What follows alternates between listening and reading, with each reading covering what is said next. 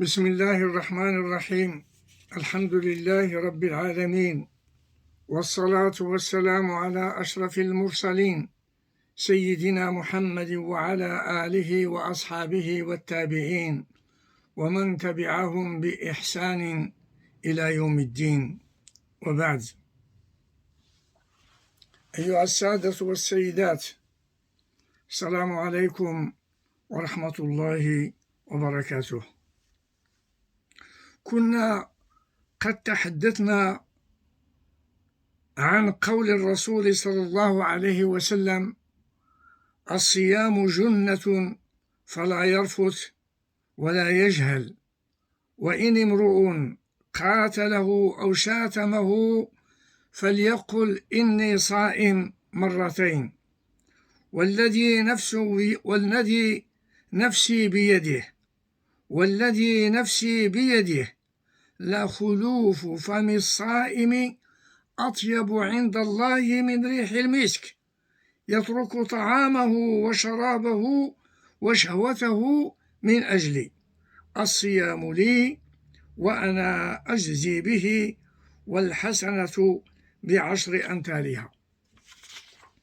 كنا قد تحدثنا في الحلقة الأولى عن شرح ألفاظ هذا الحديث، ونتابع بيان هذه الألفاظ من خلال الكتب المعتمدة كمثل فتح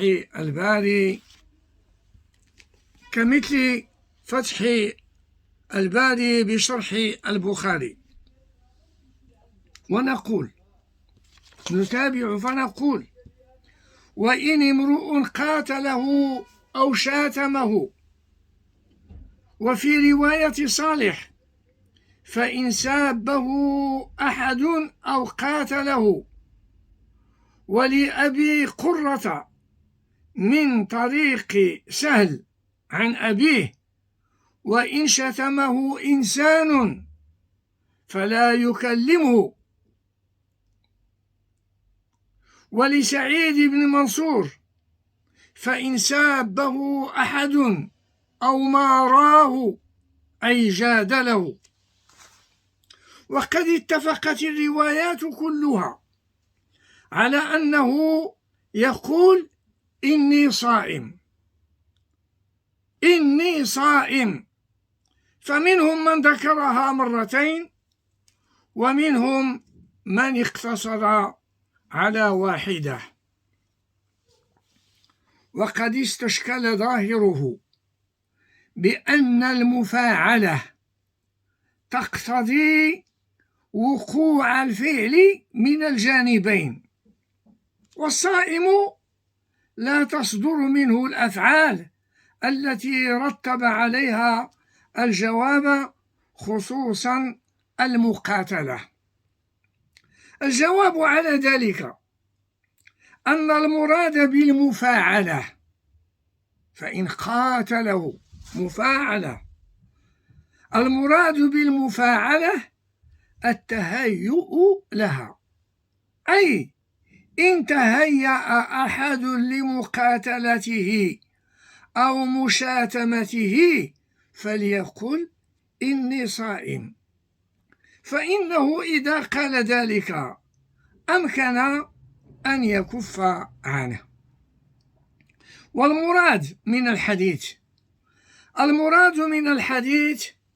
أنه لا يعامله بمثل عمله، بل يقتصر على قوله إني صائم.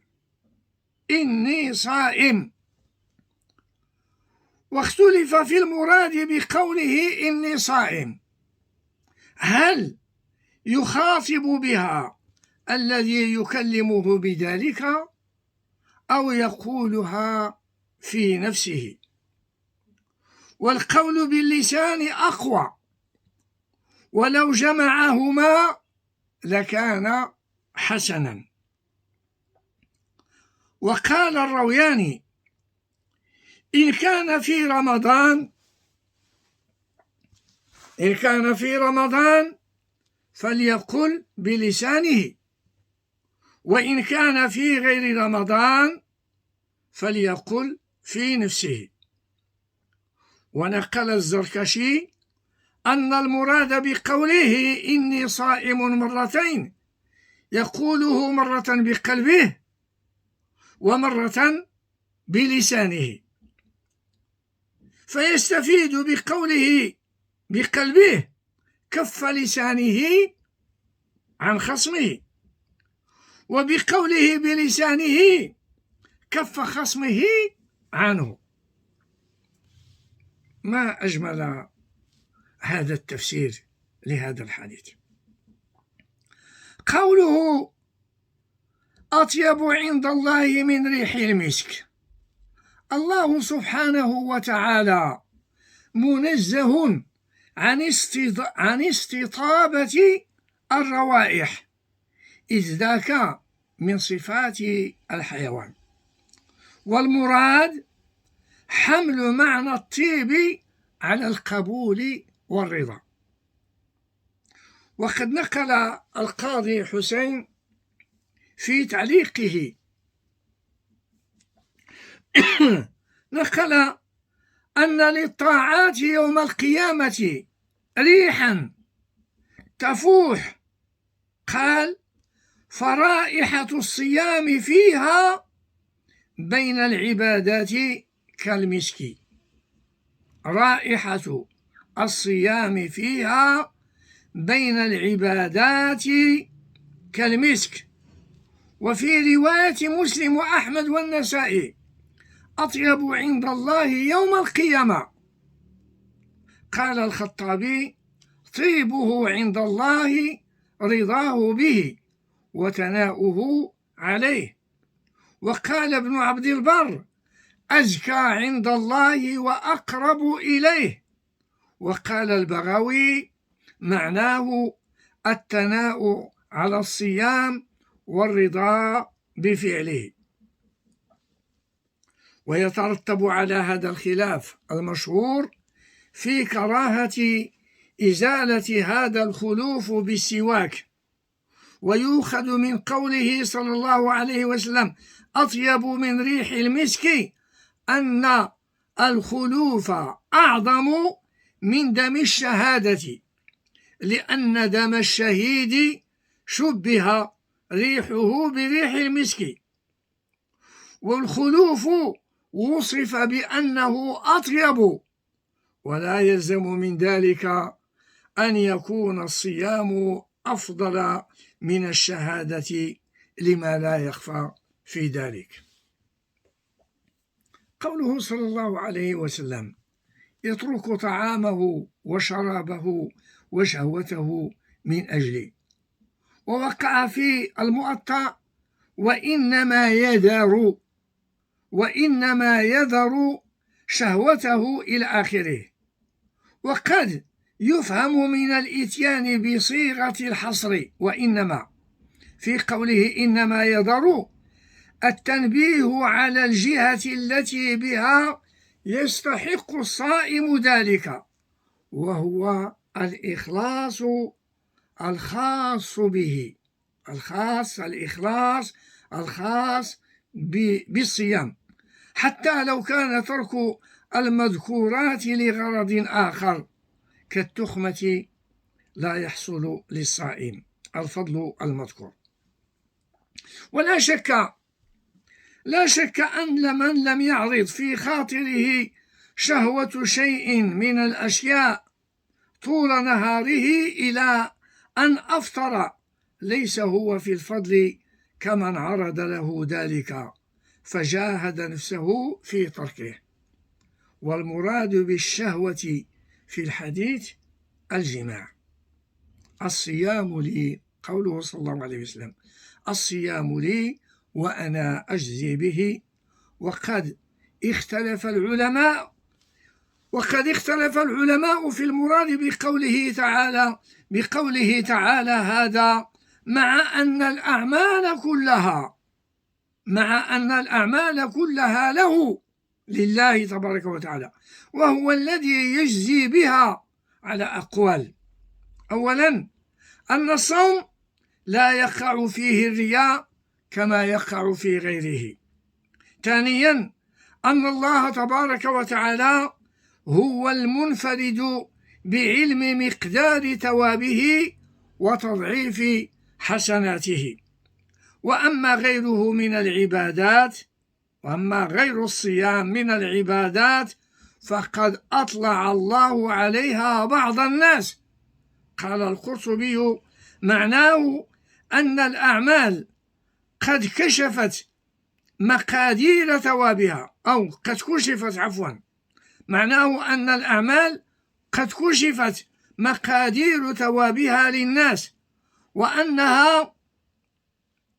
وأنها تضاعف من 10 إلى 700 إلى ما شاء الله، إلا الصيام، فإن الله تبارك وتعالى يتيب عليه بغير تقدير. وهذا كقوله تعالى: إنما يوفى الصابرون أجرهم بغير حساب. والصابرون الصائمون في أكثر الأقوال. ثانيا معنى قوله الصوم لي أنه أحب العبادات إلي والمقدم عندي، وقد تقدم عليك بالصوم فإنه لا مثل له. تقدم فيما سبق: عليك بالصوم فإنه لا مثل له. لكن يعكره حديث آخر، وهو قوله صلى الله عليه وسلم: واعلموا أن خير أعمالكم الصلاة. رابعا الإضافة إضافة تشريف وتعظيم، كما يقال بيت الله، بمعنى الصوم لي يقال بيت الله، وإضافة تشريف وتعظيم. وبيت الله وإن كانت البيوت كلها لله تبارك وتعالى، يقال بيت الله وإن كانت البيوت كلها لله تبارك وتعالى. خامسا قال القرطبي: معناه أن أعمال العباد مناسبة لأحوالهم إلا الصيام، فإنه مناسب لصفة من صفات الحق تبارك وتعالى، كأنه يقول: إن الصائم يتقرب إلي بأمر هو متعلق بصفة من صفاتي. سادسا سبب الإضافة إلى الله تبارك وتعالى أن الصيام لم يعبد به غير الله. سابعا أن جميع العبادات توفى منها مظالم العباد إلا الصيام، لكن يعكر هذا أيضا حديث المقاصة. يقول الرسول صلى الله عليه وسلم: من المفلس فيكم؟ قالوا: المفلس فينا من لا درهم له ولا دينار. المفلس الذي، حتى قال الرسول: المفلس الذي يأتي يوم القيامة بصلاة بصدقة وصيام وصلاة إلى آخر الحديث. واتفقوا على أن المراد بالصيام هنا صيام من سلم صيامه من المعاصي قولا وفعلا. هذا ما أريد أن أقوله في شرح هذا الحديث، وأسأل الله تبارك وتعالى أن ينفعنا بهذه الأقوال وبهذه النيات، ويجعل صيامنا مقبولا وخالصا لوجهه الكريم. وإلى حلقة أخرى إن شاء الله تبارك وتعالى، والسلام عليكم ورحمة الله وبركاته.